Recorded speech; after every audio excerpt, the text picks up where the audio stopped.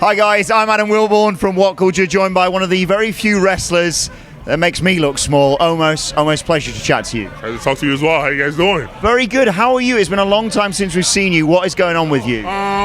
Just waiting. Had fun in Japan and just, patiently waiting.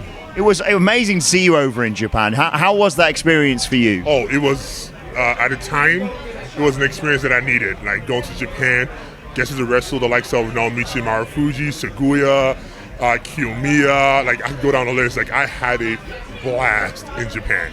What was the sort of response to you over there? Because you're a man who lights up any room when you walk into it. Thank you for the compliment. You're making me blush. But it was great. Like Japan is a very unique crowd because they are very attentive and into the match, and they're very focused.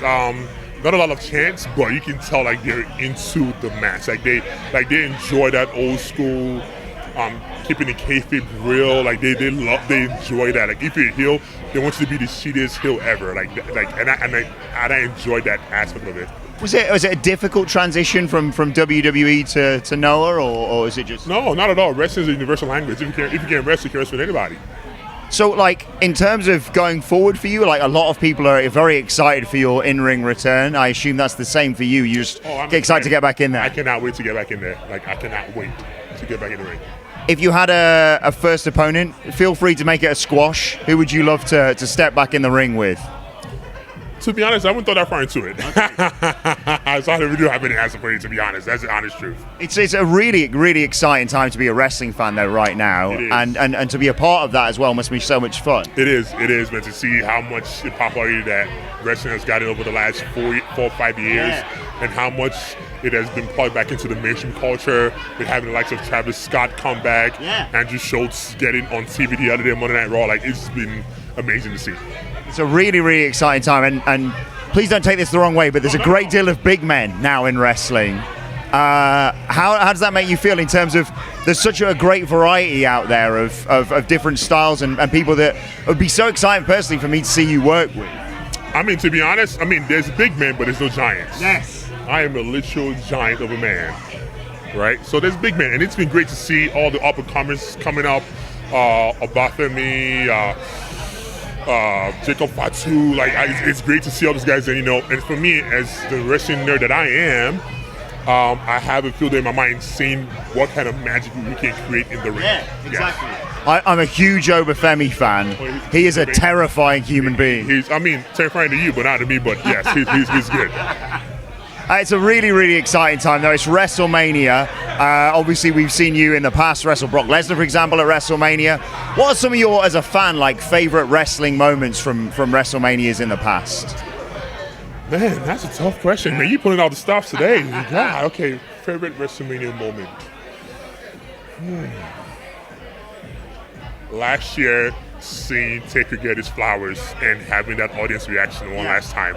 Because me and Taker have a special relationship, so for me to be there to witness that for him, I was extremely, extremely happy for him. Like, he can finally close a chapter on his career. So yes, that moment. He is someone I assume must be. I've watched him giving out his knowledge on LFG. Mm-hmm. He must be someone for you especially who is so useful to gain knowledge from. Oh, dude, I have been blessed by the fact that I have someone of his caliber that I can bounce off ideas off of. Like, he's willing to talk to me whenever I need him. Like, he's just been of a great help throughout my whole career. And not just him, like, I can go down the list. Him, Mike Henry, Big Daddy Cool, like, late Scott Hall. Like, I have been fortunate and blessed to have guys like that take me under the wing, as seeing me as the future giant in this business. So I am eternally grateful. Yeah, because it's important to learn from people like that who've sort of lived that experience. It's all well and good hearing people how they perceive people that they should be presented and what have you. But I was lucky enough to be on tour recently with Mark Henry, and he has a whole different perspective on how he and people like yourself should be presented. Yes, and I think that's why I understand a lot of the veterans. Is like, I kind of think in the same frame. Like, I always have a saying in my mind, and it's weird. What would Taker do? It's almost like a devil on my shoulder, like an angel on my shoulder. Like, what would he do? Like, just thinking, like, trying to think like him. Like, in this moment, like, how, what would he do in this moment? How can he make you more creative and entertaining? And just trying to put that into my aspect of what I do. So what are you hopeful for in 2025? Have you got any goals you'd like to achieve this year? Any titles you'd like to go after? To be honest, man, I'm just ready to dominate. I'm just ready to come out there and dominate this ring again, man. There's nothing that brings me more joy than being in a wrestling ring. Yeah. So whenever that happens, I am just ready and excited to get back in there. I'm 99% certain Simon Miller asked you this when we met a few years ago back in Dallas. Maybe I don't remember, but the shoot. I'm going to ask it anyway.